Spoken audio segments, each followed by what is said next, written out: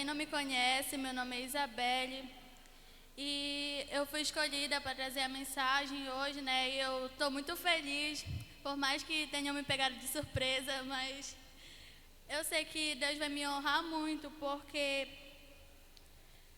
Ele falou muito comigo nessa palavra. E assim como eu mostrarei para vocês a verdade, Ele também me mostrou. Então, o tema da mensagem é quem eu sou. E essa mensagem falou muito comigo, porque muitas das vezes a gente não entende quem nós realmente somos. E eu também não sabia quem eu era antes. E esses dias, quando eu estava fazendo minha mensagem, eu perguntei para algumas pessoas, né, para saber se elas sabiam, né, quem elas eram. E eu perguntava, tu sabe quem tu é? Tanto da escola quanto, enfim. E a pessoa nunca sabia me responder quem ela realmente era.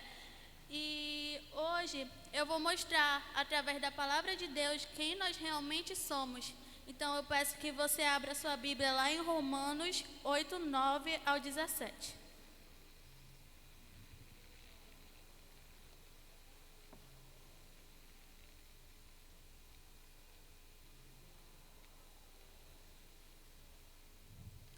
Romanos 8, 9 ao 17.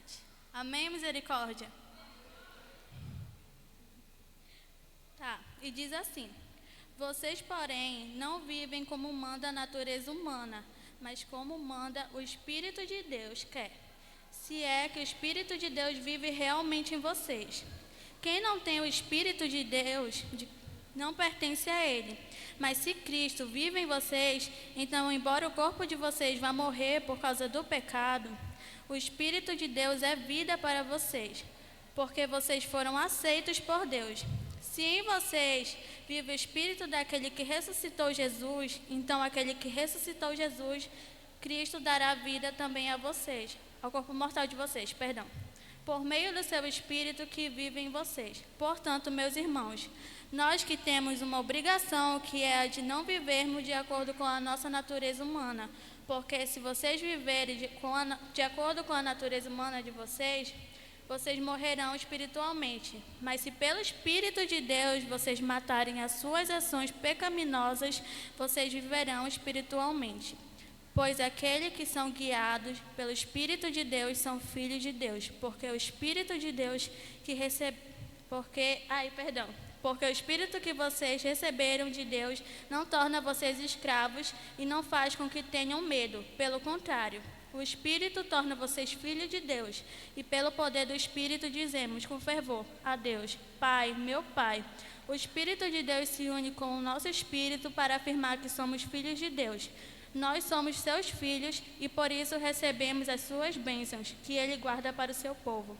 Também recebemos com Cristo aquilo que Deus tem guardado para Ele, porque se tornamos parte no sofrimento de Cristo, também tornaremos parte na sua glória. Então, o que mais diz nesses versículos aqui é que nós somos filhos de Deus. E como nós somos filhos de Deus? Nós nos tornamos filhos de Deus através do seu Espírito. A partir do momento que nós morremos para os nossos pecados, a gente está morto. E o Espírito de Deus nos dá vida através do seu Espírito, né? Ele nos dá vida para que possamos viver novamente com Cristo. Então, o que nós somos? Quem nós somos? Nós somos filhos de Deus. Nós somos filhos de Deus através do seu Espírito que nos dá vida depois de morrermos para nossos pecados. Todos os que são conduzidos pelo Espírito de Deus são filhos de Deus. E eu peço que você abra sua Bíblia lá em Gálatas.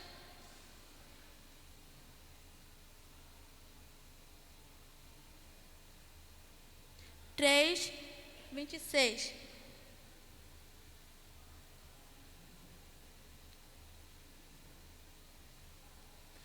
Amém, misericórdia?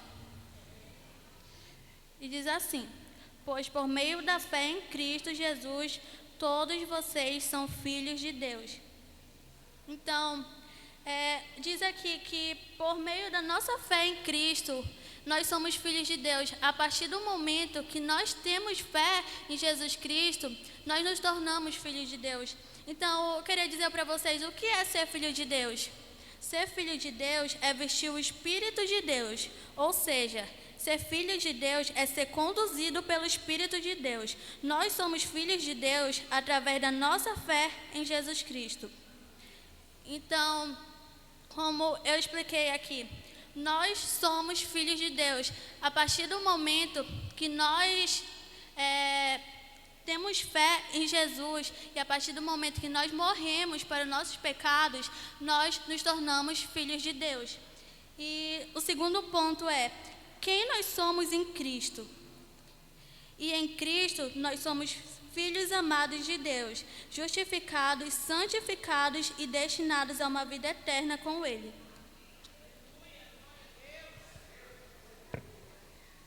E o terceiro ponto é, como encontrar a nossa identidade em Cristo?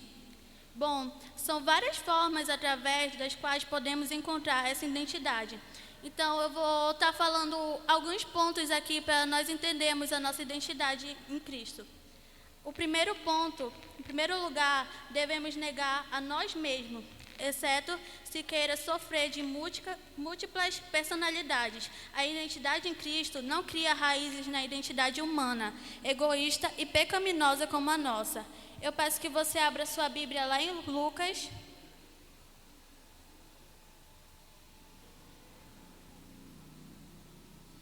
Lucas 9, 23 ao 24. Amém?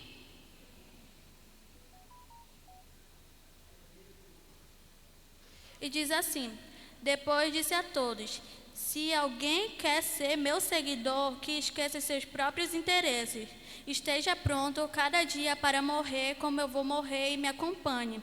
Pois quem põe os seus próprios interesses em primeiro lugar, nunca terá a vida verdadeira, mas quem esquece a si mesmo por minha causa terá a vida verdadeira. Então, como diz aqui, né, Jesus diz para que a gente possa morrer para nossos interesses, que a gente possa viver para apenas os seus interesses. Então, o primeiro passo para a gente entender a nossa identidade em Cristo, a gente deve negar a nós mesmos. Devemos negar os nossos próprios interesses, os interesses da nossa carne. Porque se a gente for viver pelos nossos interesses, a gente vai morrer espiritualmente. Se a gente for viver pelos nossos interesses, a gente vai fazer coisas que não são do agrado de Deus. E se a gente for viver pelos interesses de Jesus, pelos interesses de Deus, a gente vai ter uma vida boa, a gente vai ter uma vida de bênçãos. Então, se você não está disposto a negar a si mesmo, você nunca saberá a sua verdadeira identidade em Cristo. E, em segundo lugar, encontramos a nossa identidade em Cristo através do estudo da Palavra de Deus. Eu peço que você abra sua Bíblia lá em 2 Timóteo.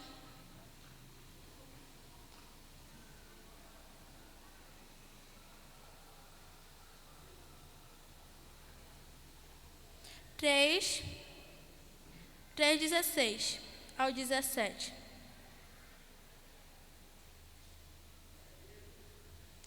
E diz assim, pois toda a Escritura Sagrada é inspirada por Deus e é útil para ensinar a verdade, condenar o erro e corrigir as faltas e ensinar a maneira certa de viver.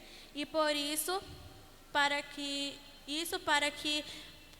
o servo de Deus esteja completamente preparado e pronto para fazer todo tipo de boas ações. Então, como eu disse aqui, em segundo lugar, a gente deve estudar a palavra de Deus, porque como diz aqui nesse versículo, toda a palavra de Deus, toda a Escritura Sagrada é útil para ensinar a verdade e condenar o erro. Então, a partir do momento que nós começamos a querer mais da palavra de Deus, a querer cada dia mais saber, cada dia mais querer ter conhecimento da palavra de Deus, a gente vai condenar os nossos erros, vamos condenar os nossos erros e começar a ter novos conhecimentos os novos conhecimentos são a verdade. Então a gente vai aprender com a palavra de Deus. E eu vi uma frase que eu achei super interessante, que é assim: a Bíblia é o espelho que nos permite ver não apenas o que somos, mas o que podemos nos tornar. Então, como diz aqui, a Bíblia é um espelho que permite ver não só o que somos. Então, quando a gente lê a Bíblia, a gente não vai ver só o que nós somos, mas sim o que a gente pode se tornar. Então, aqui a gente pode ver que nós vamos nos tornar mais que vencedores. E a gente pode perceber que Deus vai fazer grandes coisas em nossas vidas através da palavra de Deus.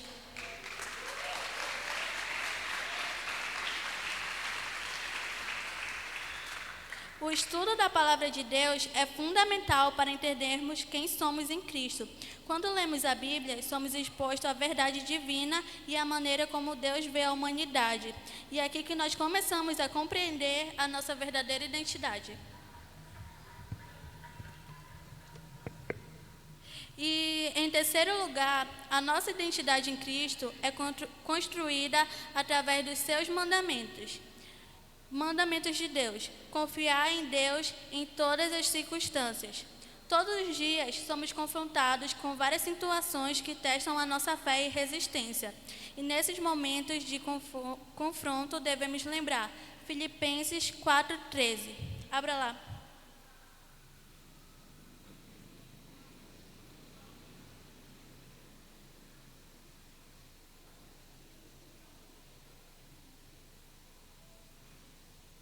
E diz assim: com a força que Cristo me dá, posso enfrentar qualquer situação. Então como diz aqui, a gente deve confiar em Deus em todas as circunstâncias, porque Ele é a nossa força. Ele nos dá a força para enfrentarmos qualquer situação. E quando nós somos confrontados, tanto nós adolescentes nas escolas, os jovens na faculdade, no trabalho, nós devemos lembrar de Filipenses 4:13. Com a força que Cristo me dá, posso enfrentar qualquer situação. Nós possamos lembrar que Deus é a nossa força, que quando nós estamos em momentos de confronto, que nós possamos lembrar que Ele é a nossa força, que em todos os momentos Ele está ao nosso lado. Então,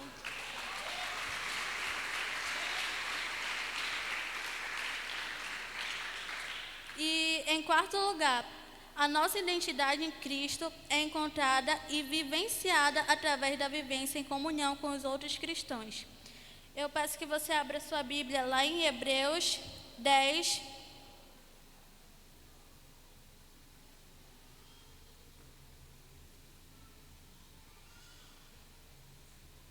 do 24 ao 25.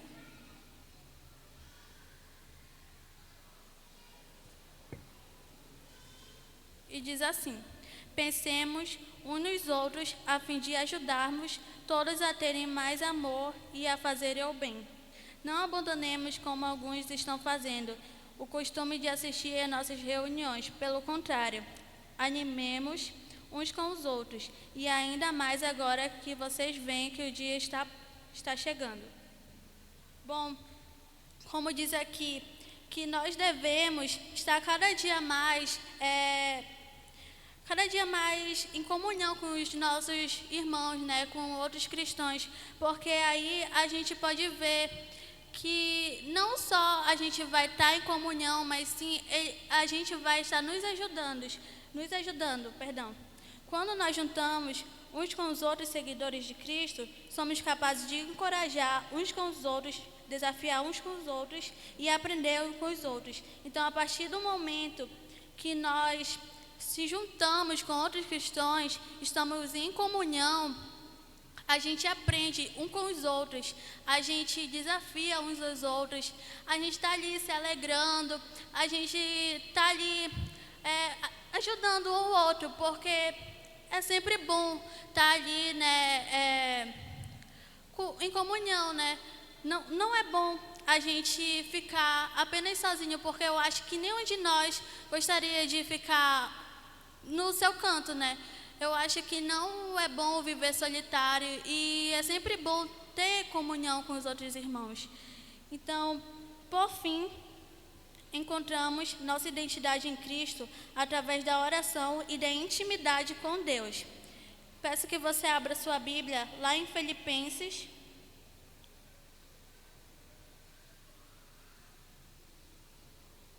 Filipenses 4:6.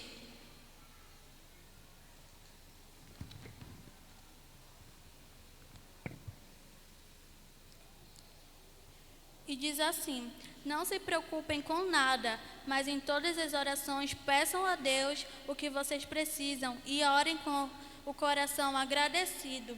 Então, como eu disse, a gente encontra nossa identidade através também da oração com Deus. Todas as coisas que nós precisamos, a gente deve pedir a Deus, porque, na verdade, a oração não é só o que a gente pede para Deus, mas sim a gente se alinha com a sua vontade, a gente fala o que a gente está sentindo, porque Deus é o nosso melhor amigo, né? E a gente pode falar tudo para Ele nas nossas orações, né? A oração não é apenas uma oportunidade, como eu falei, de pedirmos algo, mas também em meio de nos alinharmos com a sua vontade. Através da oração, permitimos que Deus fale conosco e isso fortalece nosso entendimento de quem somos em Cristo. Então, a partir do momento em que começamos a falar com Deus, a ter uma intimidade com Ele, a gente permite que não só a gente fale com Ele, mas sim que Ele possa falar conosco, que Ele fale em nossos corações, o que a gente deve fazer. Ele pode nos ajudar em várias coisas. Então, em todos esses pontos, Deus nos mostra a nossa verdadeira identidade. Não só mostra, como ensina. E no final das contas, quem nós realmente somos em Cristo. E em Cristo, nós somos filhos de Deus. E eu peço que você abra sua Bíblia lá em 1 João.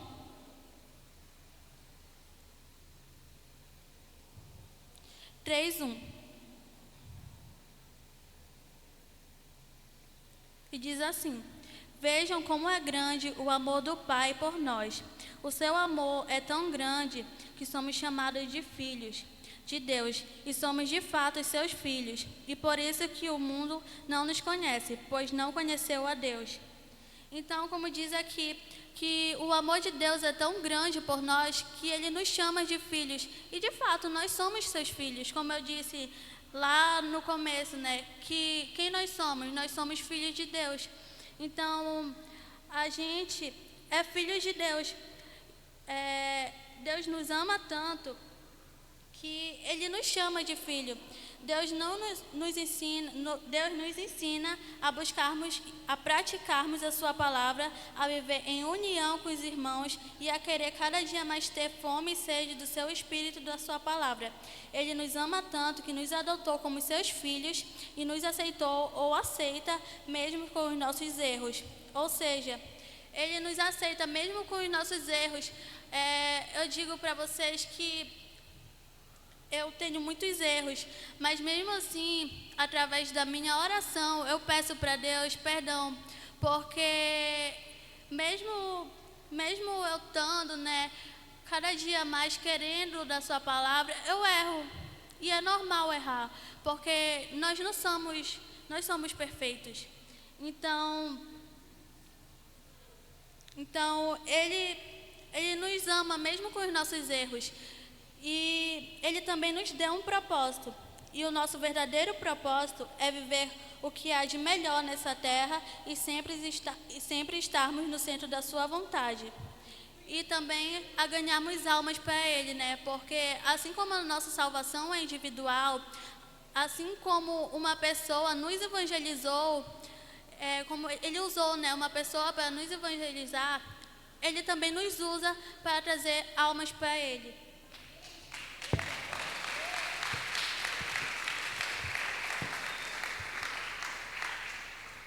O nosso propósito é o melhor para nossas vidas, pois é o melhor que Deus prepara para nós, uma vida boa, perfeita e agradável.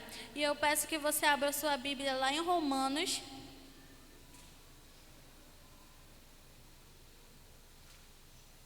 Romanos 12, 2.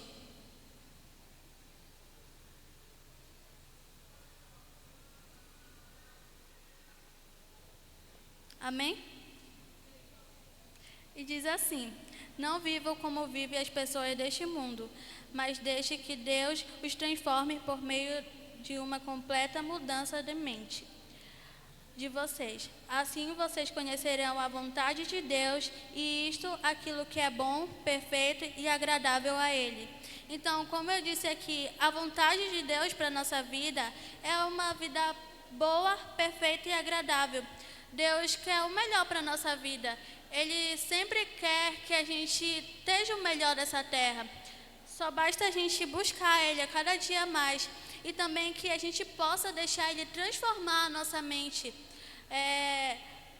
Que Ele possa transformar a nossa mente das coisas velhas. E que Ele possa colocar na nossa mente as coisas novas que virão. Então, não podemos viver como vivem as pessoas que não conhecem a Deus e são alheias à sua vontade, e somente em Cristo. Então, como eu disse lá no começo, que a gente possa negar nós mesmos, que a gente não possa viver a nossa vontade, mas sim a vontade de Deus que Ele tem para a nossa vida. E a vontade dEle, como eu disse ainda agora, é uma vida boa, perfeita e agradável. Então,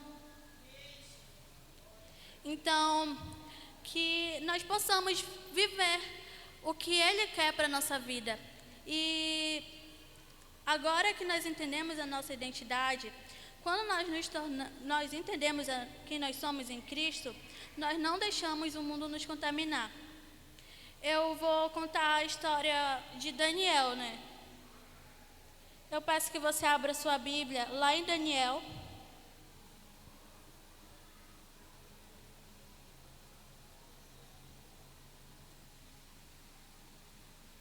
Daniel 3,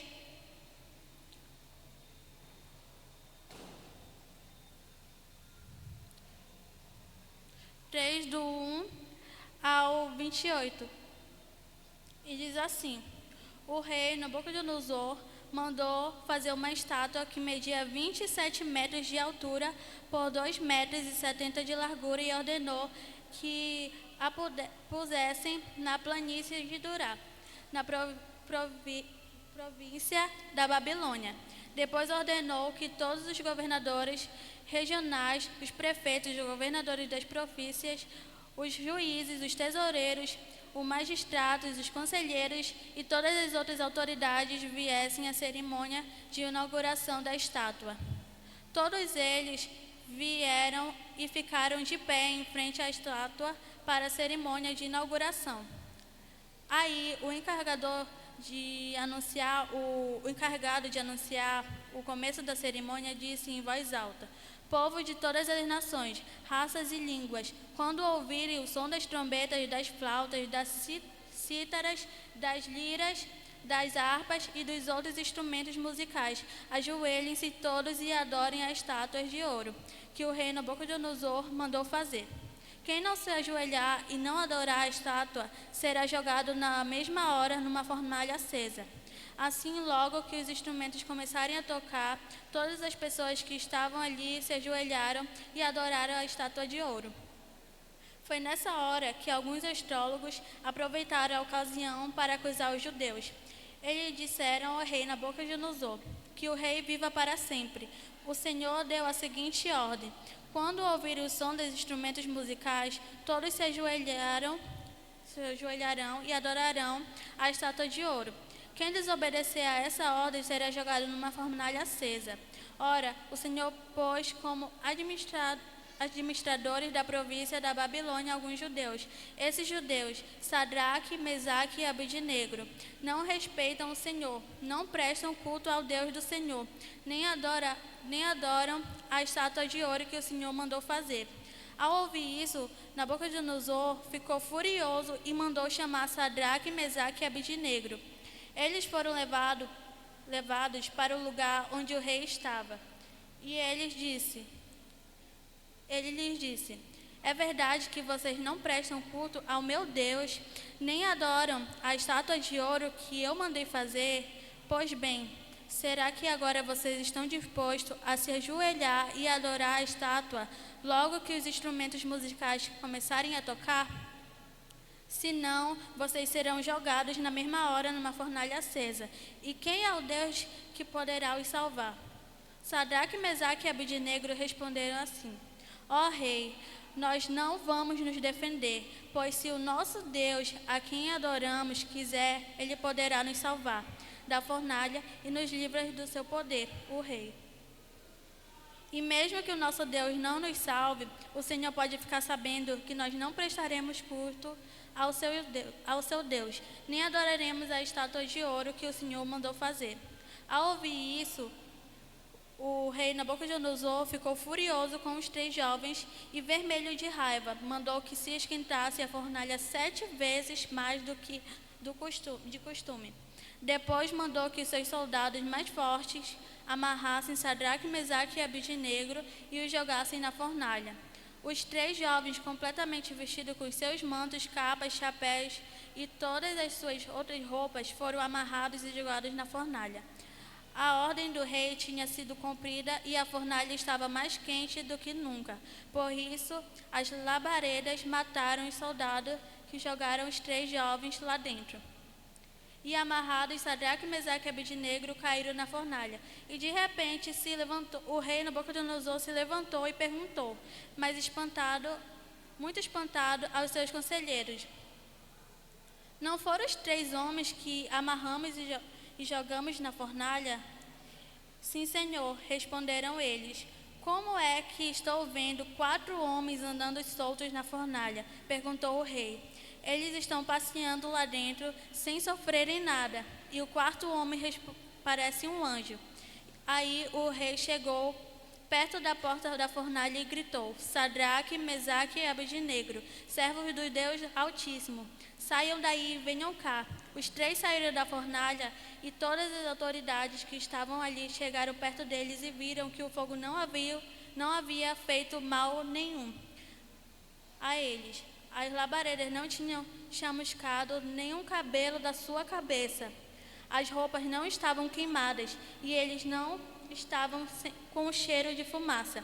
O rei gritou: que o Deus de Sadraque, Mesaque e Abednego seja louvado. Ele enviou o seu anjo e salvou os seus servos que confiam nele, e eles não cumpriram a minha ordem. Pelo contrário, escolheram morrer em vez de se ajoelhar e adorar um Deus que não era o deles. Até aqui. Então, o que nos ensina aqui, né? Mesmo que o rei tivesse ameaçado os 3, né, o Sadraque, Mesaque e Abednego, eles se recusaram a adorar a estátua de ouro e a servir ao rei do rei, né? O Deus do rei o rei Nabucodonosor. E mesmo que ele tivesse ameaçado, e ele jogou. Eles não quiseram adorar ao Deus dele, do rei. E ele mandou esquentar 7 vezes mais a fornalha para jogarem eles. E ali eles jogaram. O rei viu que eles estavam andando pela fornalha sem sofrer nenhum dano. E ele viu que era um anjo do Senhor. Então, quando ele chamou o Sadraque, Mesaque e Abednego para fora da fornalha, ele viu que eles não tinham sofrido nenhum dano, que eles não estavam nem com cheiro de fumaça, como diz aqui, né?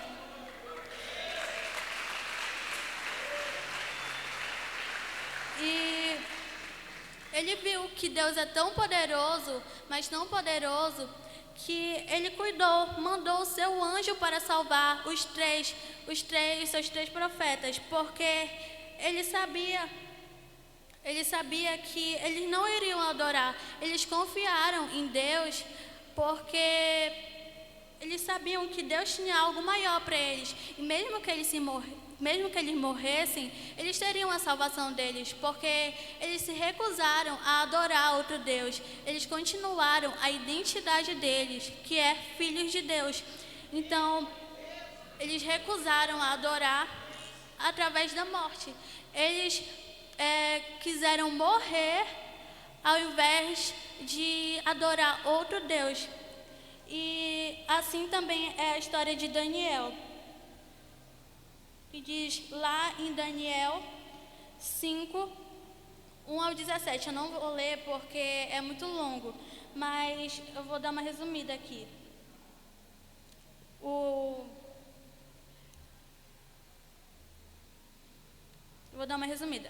Mesmo que o rei oferecendo a Daniel as suas iguarias para que Daniel pudesse lhe dizer o que estava escrito na parede, Daniel negou e continuou firme em sua identidade. Então, resumindo aqui, o rei, no caso, eu me esqueci o nome do rei aqui, mas era o filho do rei Nabucodonosor. Nisso, o rei Nabucodonosor já tinha morrido. E esse rei, filho do rei Nabucodonosor, estava lá bebendo, numas taças de ouro, com várias mulheres e tal, festejando lá. E apareceu uma escritura na parede. E nisso, ninguém conseguia dizer o que estava escrito naquela parede. Então, foram e chamaram Daniel, porque era o único que conseguia desvendar o que estava escrito ali naquela parede. E aí foi que o rei disse para Daniel que se ele conseguisse dizer o que estava escrito naquela parede, ele daria as suas iguarias a ele. E Daniel não quis. Daniel continuou na sua identidade. Ele não quis as coisas do rei, porque ele sabia que, assim como Sadraque, Mesaque e Abednego, ele sabia que Deus tinha mais coisas para ele, coisas maravilhosas, ao invés de ouros que o rei queria os dar. Então, Daniel foi e leu o que estava escrito na parede e disse ao rei. Mas, mesmo assim, ele negou as iguarias do rei. Então, o que nos ensina nessas histórias de Sadraque, Mesaque, Abednego e Daniel?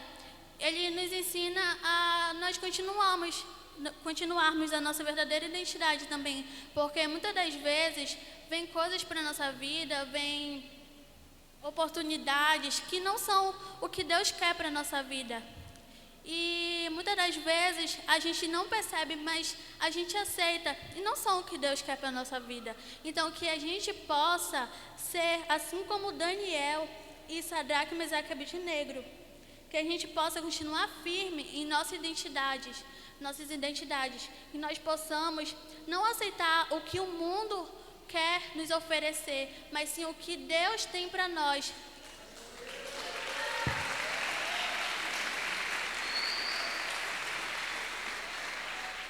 E o que Deus tem para nós, como eu disse, é uma vida boa, perfeita e agradável. Então, que nós possamos continuar firmes em nossas identidades como filhos de Deus, porque nós fomos criados para ser filhos de Deus.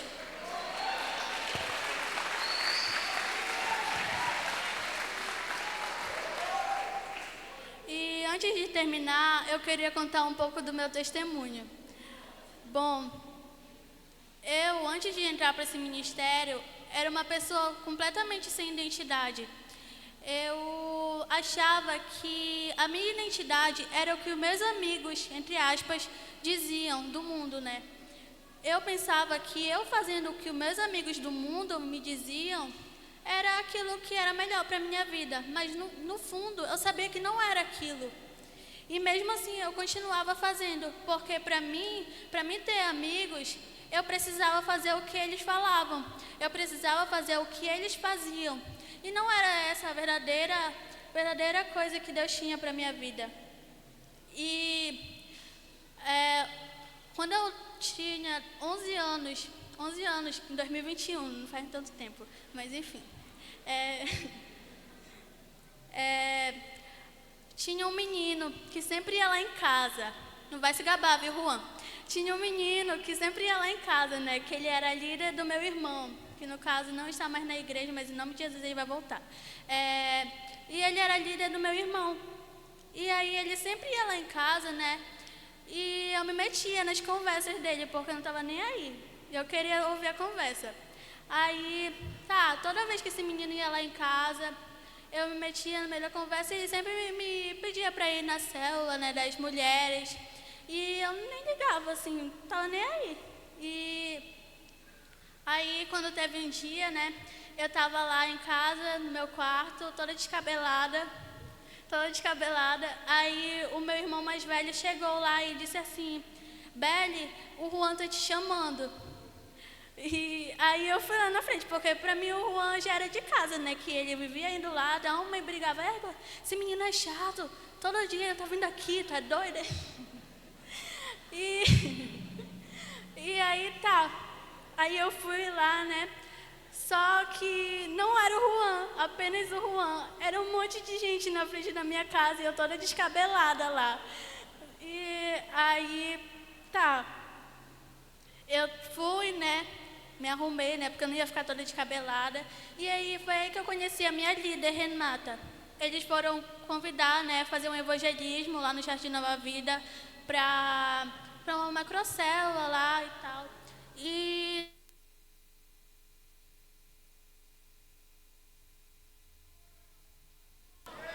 oi, som? Tá, amém. E eu disse que eu ia, né?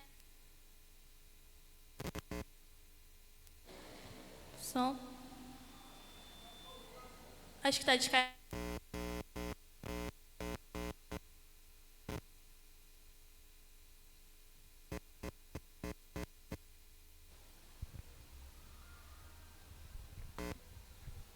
Som. Tá, amém. Glória a Deus. E nisso eu disse que eu ia, né, pra essa macrocélula. E até, passou uns dias e foi uma mulher me chamar lá. Já era de noite, no dia da macrocélula. E quando eu vi, era a irmã Val. Só que a irmã Val já estava de véu. Aí eu olhei assim pra cara do meu irmão. Essa mulher é freira, é? Se for freira, eu não vou não. Não quero ser freira. Sem nenhum preconceito, mas não quero ser freira não. E aí, mesmo assim eu fui, né, pra macrocélula. E lá eu vi que era muito legal. Eu lembro que teve uma peça que ensinou bastante sobre o aborto, essas coisas. E eu comecei a gostar. E nessa época, era a época de congresso. E aí eu comecei a ir para a célula da Renata. E aí perguntaram se eu queria ir para o congresso e tal. Eu disse que sim e eu fui para o congresso. E eu digo para vocês que antes de eu entrar nesse ministério, eu não sabia o que era a presença de Deus. Se vocês forem me perguntar, todas as igrejas do meu bairro, lá onde eu moro, eu sei quais são, porque eu já fiz parte de todas. Mas nenhuma eu soube o que era sentir a presença de Deus realmente.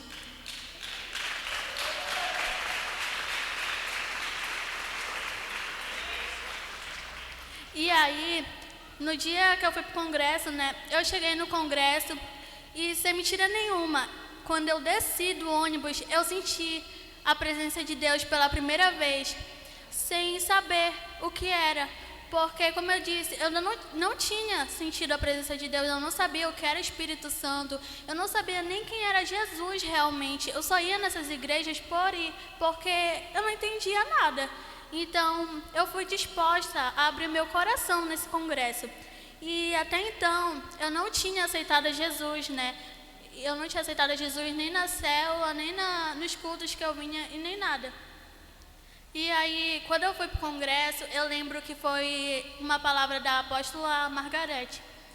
E aí a apóstola Margarete chamou, né, para quem quisesse aceitar Jesus, se reconciliar. E eu me senti tão tocada por Deus naquele momento que eu olhei assim para a cara da minha líder e nem, esperei ela falar comigo. Eu só falei, tchau, e fui lá na frente. Fui lá na frente aceitar Jesus, né?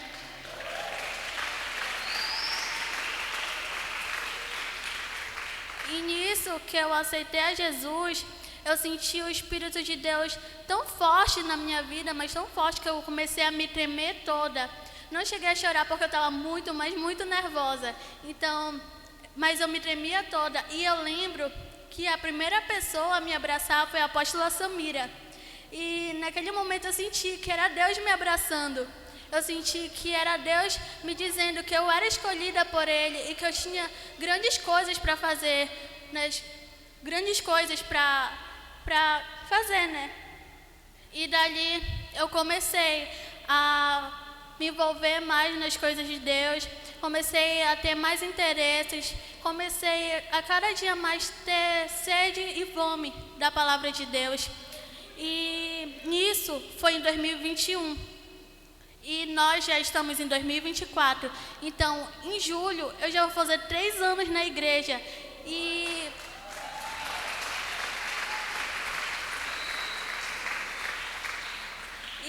se eu for dizer para vocês, como eu era antes e como eu sou agora, eu sou uma pessoa totalmente transformada, porque eu era uma pessoa totalmente sem nada. E hoje eu sei que eu posso tudo, porque Deus está do meu lado, Deus está na minha vida, e hoje eu vivo para Cristo.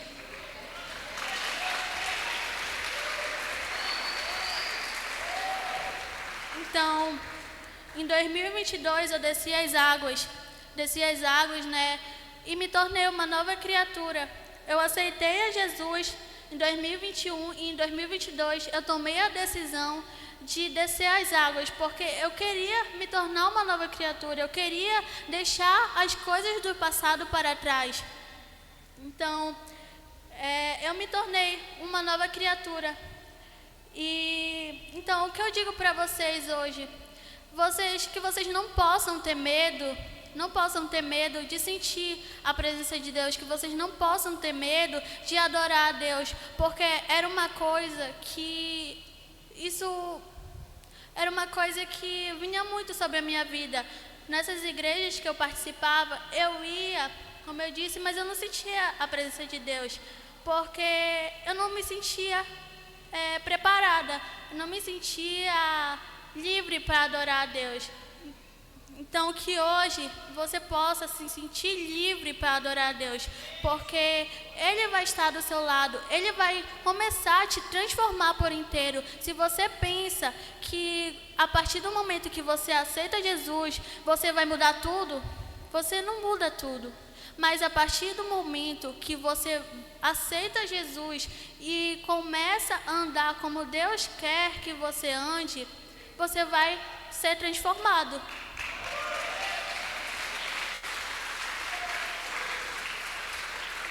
Então,